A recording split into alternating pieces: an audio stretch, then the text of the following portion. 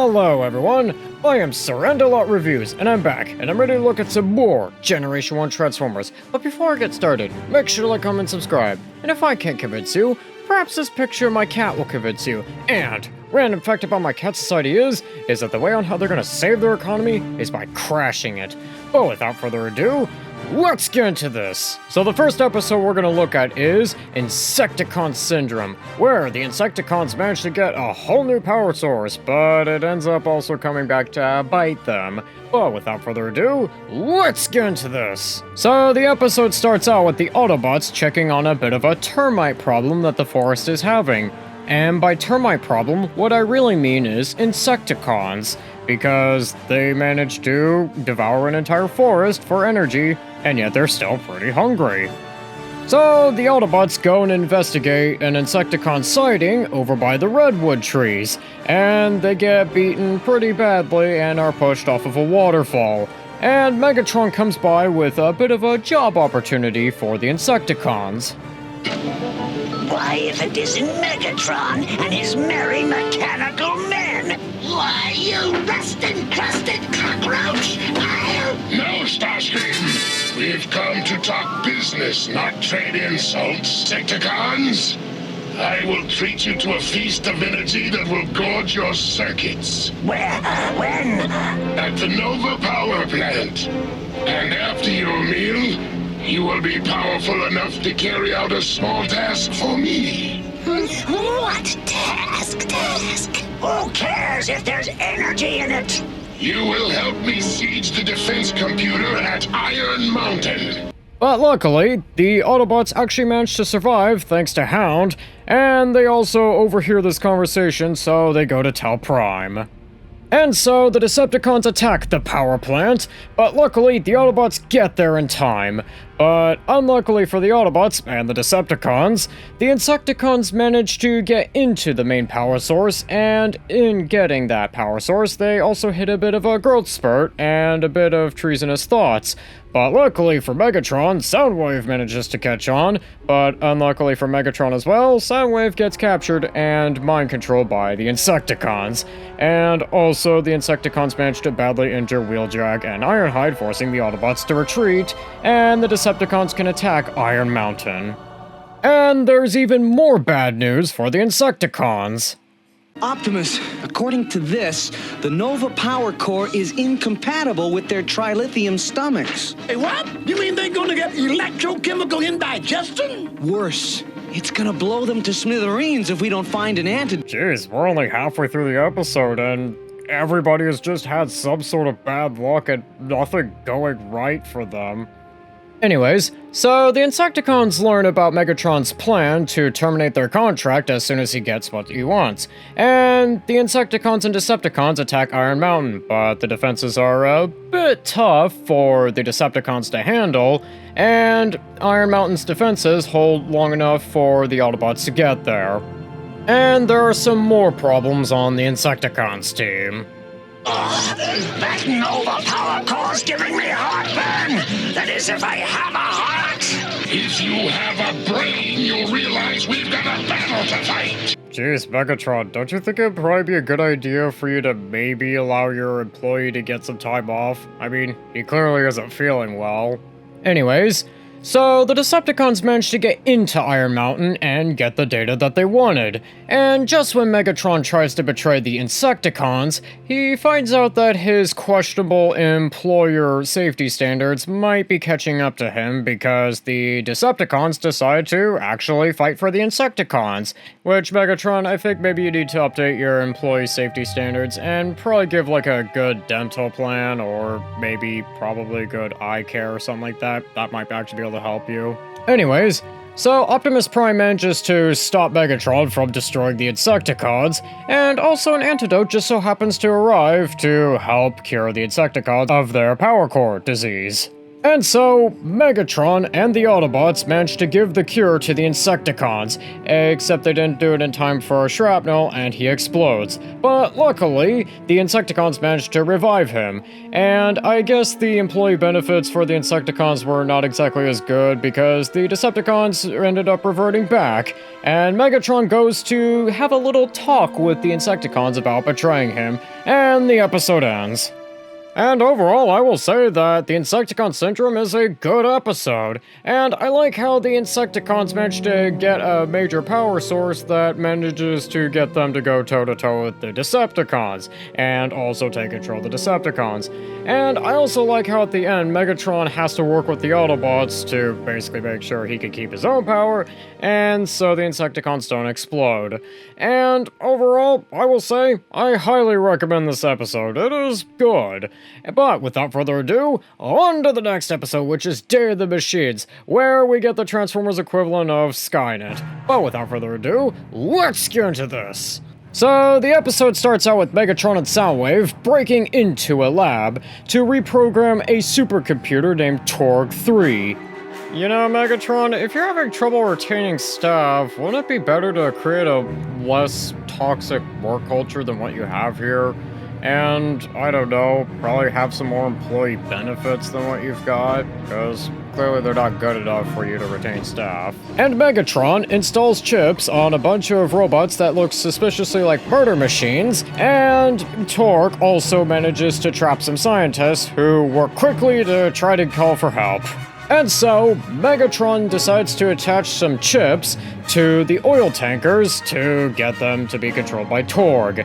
And Optimus Prime catches on to Megatron's incredibly deceptive business practices, and he also gets the distress call from the scientists in the lab. So the Autobots go down to the lab, and some of the Autobots go to, well, stop Megatron.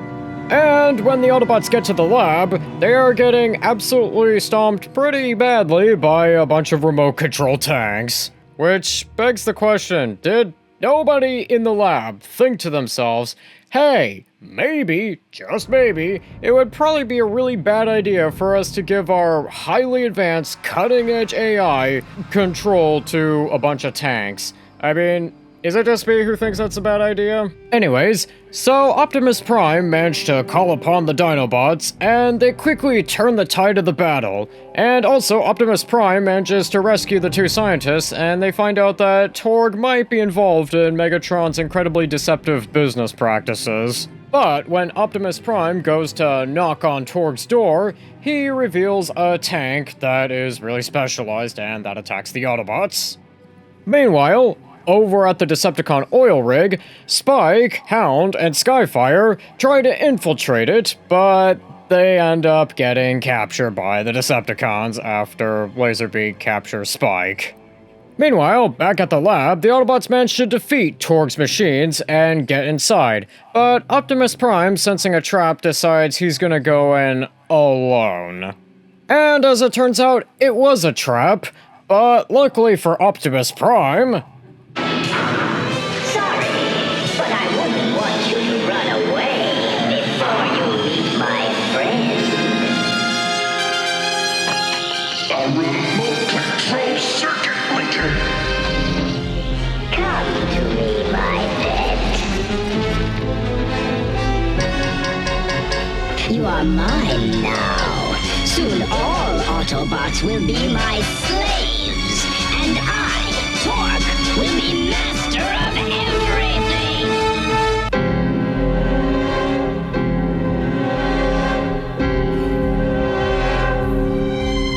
I am your master now, Optimus Prime, and soon I shall rule all. Don't count on it, Torque.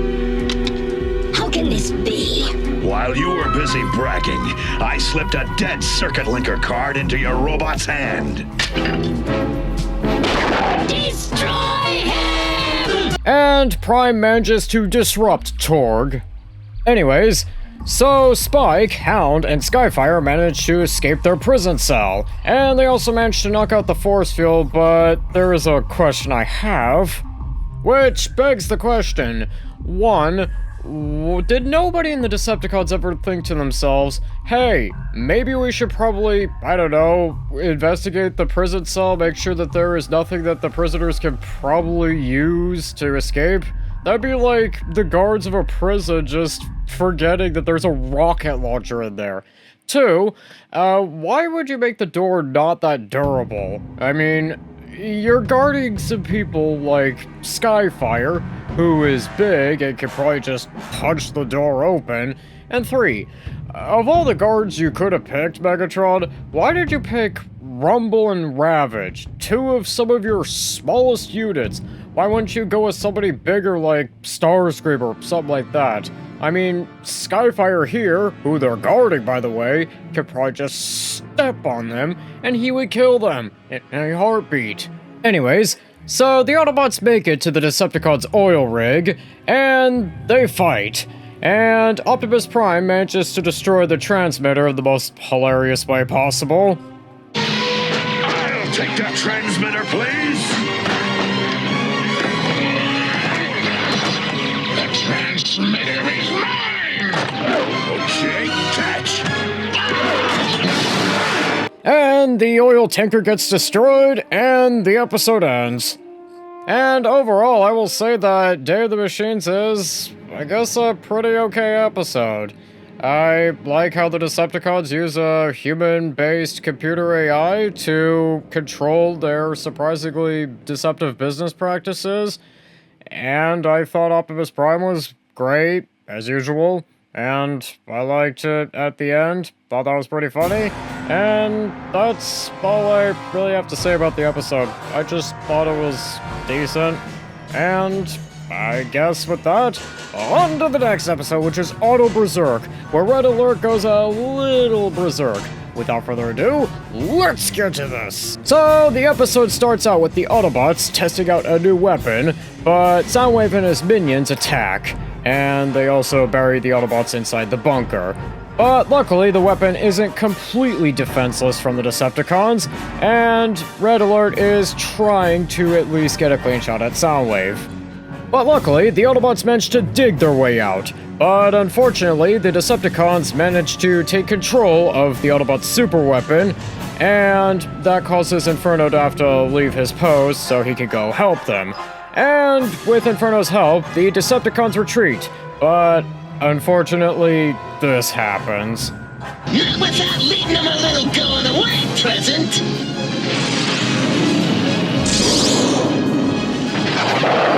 Inferno, is that?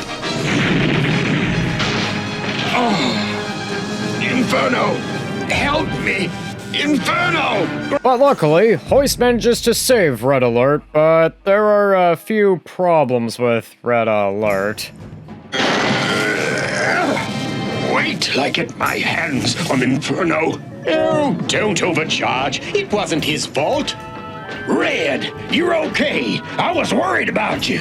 If you'd stayed where you were supposed to, you could have spared yourself the concern. Huh? I'll put it to you straight, Optimus. Inferno betrayed me. He acted bravely to save the Negavator, Red, nothing more. Why can't anyone see it? Inferno wants my job!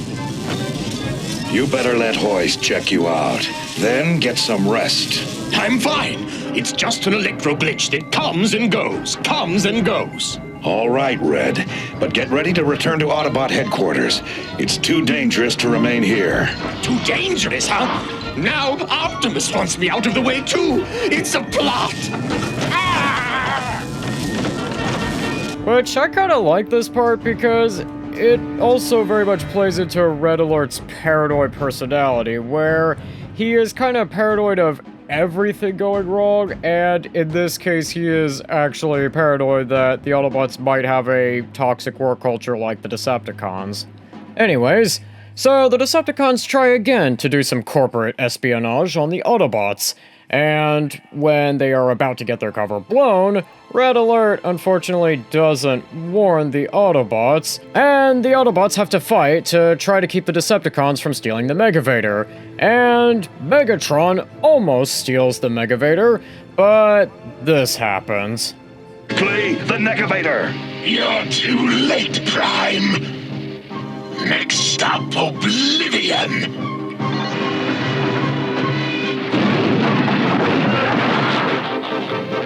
I've got morons on my team. Retreat!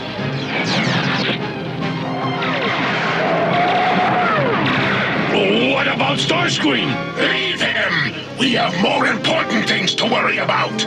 I mean, geez, Megatron, I really don't think insulting your co-workers and also leaving some of your subordinates just to die is really helping with creating a healthy work environment. Anyways, so the Autobots question why Red Alert didn't warn them, and they realize his logic circuits are a bit more damaged than they thought, so they tried to convince him to come with them so they could repair him, but Red Alert is a bit paranoid and thinks they just want him out of the way, so he decides to run off, and it leads to this scene here.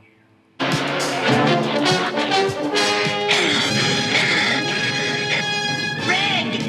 Alert! You can hide in here!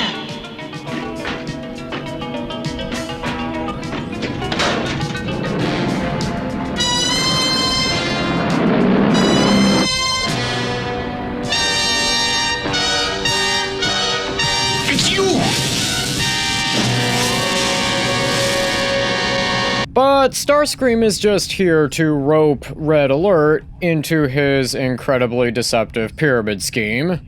You are the enemy! Am I? I could have blasted you in the back! We need each other. I know exactly how you feel. Megatron and the other Decepticons envy my superiority too.